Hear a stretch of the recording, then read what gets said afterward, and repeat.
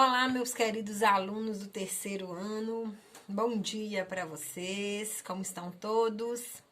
Olha só, como vocês sabem, nós conseguimos vencer o PET 1, né? Que foram 4 semanas de estudos. Na semana passada, nós fizemos a correção das atividades do PET 1 e hoje nós vamos fazer a revisão. Antes de falar sobre a revisão, eu gostaria de falar para vocês da importância que vocês me mandem, né? As imagens do caderno de vocês com a realização das atividades. Porque é através destas imagens que eu irei computar a carga horária de vocês, para que vocês formem no final do ano. Né? A gente não sabe quando que nós iremos voltar às aulas presenciais. Então, a gente tem que ir seguindo, né, as ordens do governo, tá bom? Então, eu aguardo essa semana ainda, já que semana que vem irá começar o PET 2, eu aguardo que vocês me enviem, né, o mais breve possível, um filminho ou a imagem do caderno de vocês. Vamos lá. Rapidinho aí, nós vamos fazer uma pequena revisão do que foi o PET 1.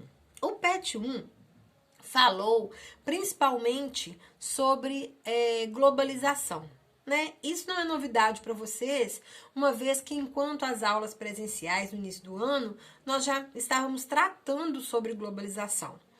Olha só, na semana 1 veio falando sobre uma nova ordem mundial.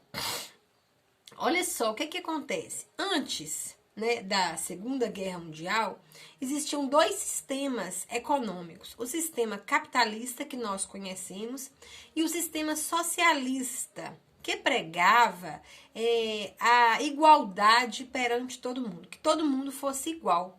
E isso vai de encontro ao sistema capitalismo que nós vivemos, que é um sistema divisor de classes sociais. Nós vemos por aí, olha, pessoas muito pobres, extremamente pobres, pessoas com condições de vida razoáveis e pessoas riquíssimas, né? Então, esse é o fundamento do sistema capitalista, o dinheiro, né? E com ele existem tanta a divisão de classe, tanta desigualdade social no mundo. Bom, antes, né, da Segunda Guerra Mundial, o mundo estava dividido em 2 ordens. A primeira ordem, os Estados Unidos, que defendia o capitalismo, e do outro lado a União Soviética, que defendia o socialismo, a igualdade. Depois da guerra, a guerra propriamente dita, né, a Segunda Guerra Mundial, o sistema capitalismo, ele aflorou por todas as partes do mundo. Todo lugar existe comércio, todo lugar existe venda, existe lucro. Bom, essa explosão do sistema capitalista foi chamado de período neoliberal. Neoliberal, tudo era permitido. O governo permitia tudo, né? Então, várias empresas se instalaram, vários comércios apareceram, principalmente porque o governo incentivava. Porque o comércio, né, as empresas, elas iriam ajudar com impostos, elas iriam produzir mão de obra para os países. Então, foi um período neoliberal, tudo era permitido. Né? Tudo era permitido. E aí surgiram várias empresas multinacionais, que é justamente o assunto da semana 2, né? A globalização. Olha só, as multinacionais, transnacionais, são empresas que se instalaram em um país, geralmente um país rico, tá? Um país desenvolvido. Por que se diz país desenvolvido? Porque ele produz riquezas, tem o PIB, que é o Produto Interno Bruto, dinheiro do país muito alto, então investe em indústrias, em tecnologias, em pesquisas científicas. E depois de obter dinheiro e querer cada vez mais dinheiro, eles se espalharam pelo mundo inteiro, essas multinacionais. Um exemplo é a Coca-Cola, né? Que é uma marca americana que todos os países do mundo possuem, né? A Coca-Cola que nós consumimos, ela é produzida no Brasil. No entanto, ela é uma marca americana. todo o lucro, o lucro mesmo que é gerado, que é ganho, é mandado para os Estados Unidos. Outro exemplo são as marcas, as montadoras de automóveis. A Fiat, por exemplo, né? Que tem várias filiais espalhadas pelo mundo todo, onde a matriz, a primeira, está na Itália. O que eles queriam com isso? Queriam lucro, obter lucro. Então, eles se instalaram em países mais pobres, né? Ditos subdesenvolvidos, que iriam oferecer matéria-prima mais barata, loteamento mais barato, ou se não, de graça, né, pelo Estado, redução de impostos, mão de obra barata, porque a população praticamente não é estudada, não tem um curso superior, né, e com isto eles obteriam cada vez mais lucro. Tá bom? Olha só, então vocês fizeram aí atividades, né? Assistiram vários filmes, vários links que eu sugeri, para vocês entenderem o que eram as empresas transnacionais. Já na aula da semana 3, veio falando sobre globalização e meio ambiente. O tanto que a globalização foi boa, também trouxe processos ruins, né? Principalmente o meio ambiente. Que para você, às vezes, descartar qualquer coisa, você não tem argumentos, você não tem incentivo, você não tem um jeito de fazer esse descarte de maneira apropriada, não é? Aqui na nossa cidade, nós temos a usina de tratamento de lixo, que recolhe da melhor maneira possível, mas depende muito do cidadão. Agora, você imagina uma cidade grande como São Paulo, que produz inúmeras toneladas de lixo por dia. O que fazer com tanto lixo, né? É descartado no meio ambiente. Pensa, por exemplo, você tem um celular, ou você tem um computador antigo.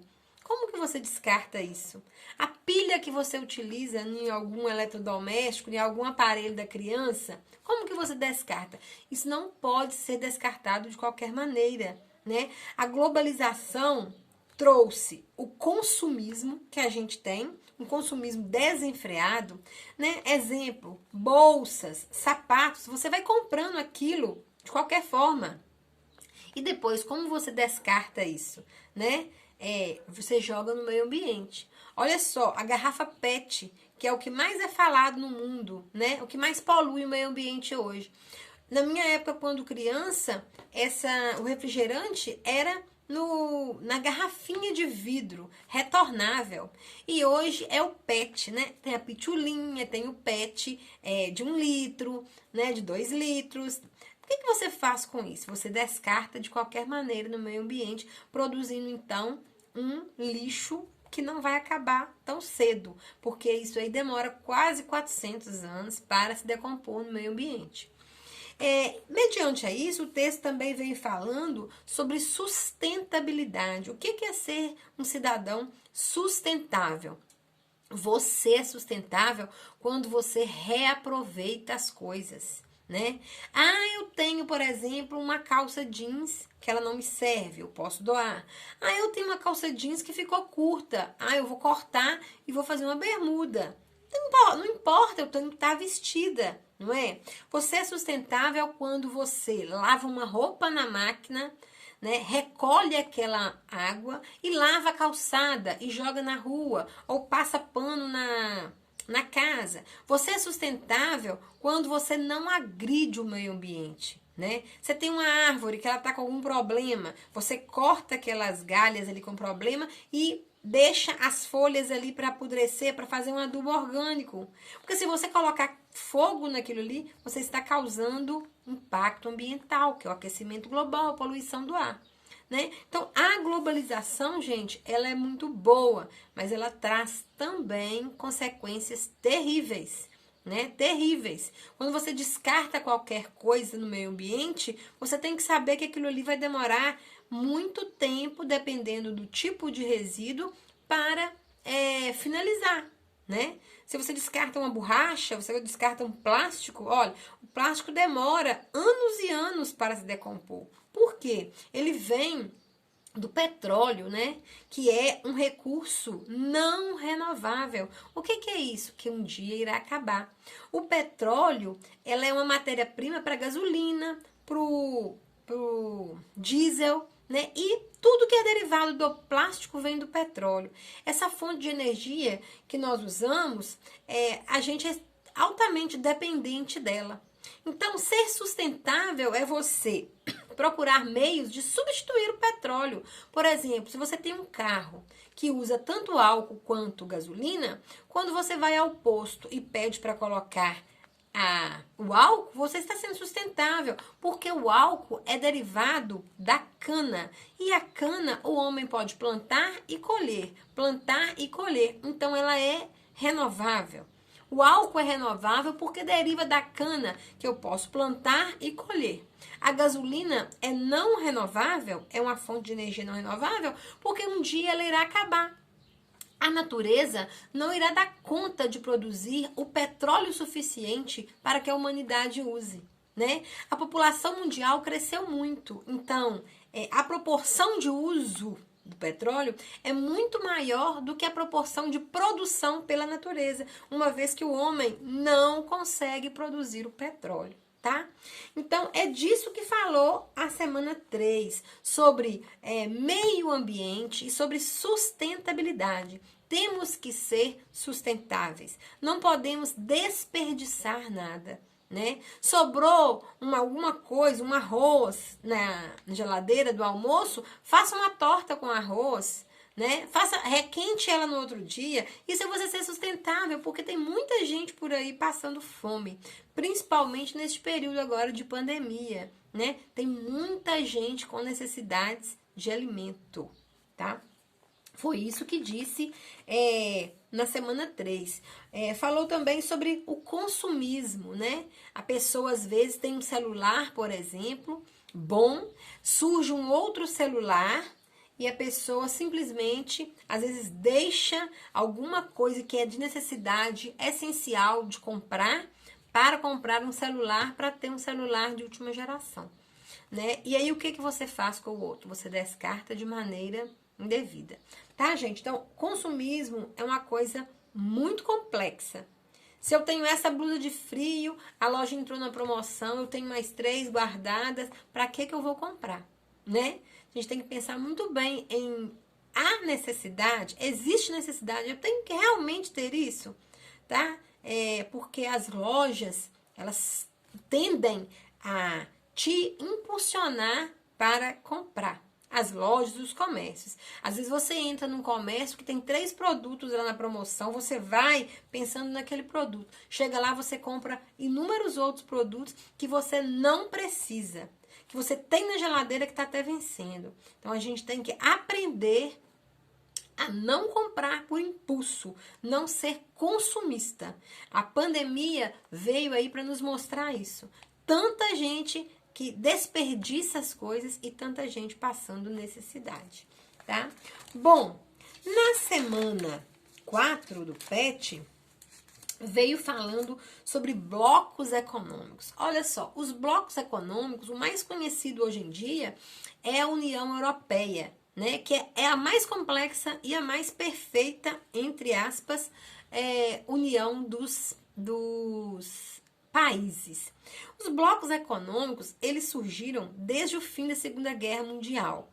A intenção desses países, né, um bloco econômico, é um conjunto de países que se juntaram para tentar minimizar os impactos da guerra, os desastres econômicos.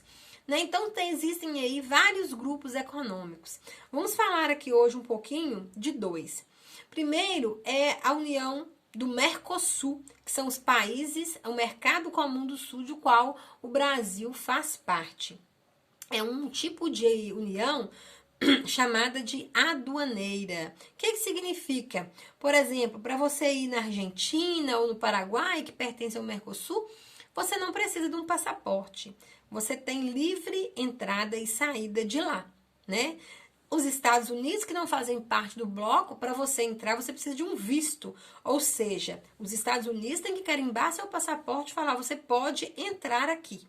né? Já dentro dos países que pertencem ao Mercosul, você não precisa desse visto. Você pode ir e entrar e sair, né? Tem uma fiscalização lá por causa da mercadoria que você vai comprar, mas você não precisa de ter um passaporte, tá? E também a união aduaneira, ela funciona da seguinte maneira: eu tenho um número X de valor que eu posso comprar no Paraguai ou na Argentina. Eu não posso ultrapassar esse valor, porque vai conduzir isto, né, a mercadoria. Por exemplo, eu posso ir na Argentina e trazer 5 perfumes, entendeu? Porque aquela quantidade, 5 perfumes, 3 óculos, etc. de mercadoria, 2 celulares, é para meu uso pessoal. Agora, se eu vou lá na Argentina e venho trazendo 50 perfumes, 20, 30 óculos, isso quer dizer o quê? Que eu estou vendendo, né? Então aí eu tenho que pagar impostos sobre estas mercadorias, eu tenho que declarar e pagar impostos sobre isso. Então, é uma livre circulação de mercadoria que existe. No entanto, tem uma cota, né? A União Europeia é um país, assim, é um bloco mais perfeito até hoje, né, para a gente ver. Porque além disso tudo, vamos supor, se eu quiser ir visitar a Europa, eu tenho que ter um visto. Mas dentro da Europa, eu tenho circulação por todos os países membros do bloco. Como lá os países são muito pequenos, eu posso, por exemplo, no mesmo dia ir em Portugal, na Espanha, na Itália, na Grécia, entendeu? A circulação é livre, mas eu tenho que ter o visto para entrar. Eu, enquanto Graziela brasileira, né? E lá existe também a moeda única, que é o euro, né? Nós temos o real aqui e lá na Argentina é o peso. Nós não temos no Mercosul uma moeda comum, ao passo que lá na Europa existe o euro, né? No NAFTA, que é os países do norte dos Estados Unidos, né? Eles já têm o dólar, que é hoje a moeda mais forte do mundo, seguido talvez pelo euro, né? Bom, gente, então aí nós já falamos, né, basicamente do que foi as 4 semanas do PET. Sugiro que vocês leiam bastante sobre isso, principalmente agora, né, que vocês estão prestes a fazer o Enem.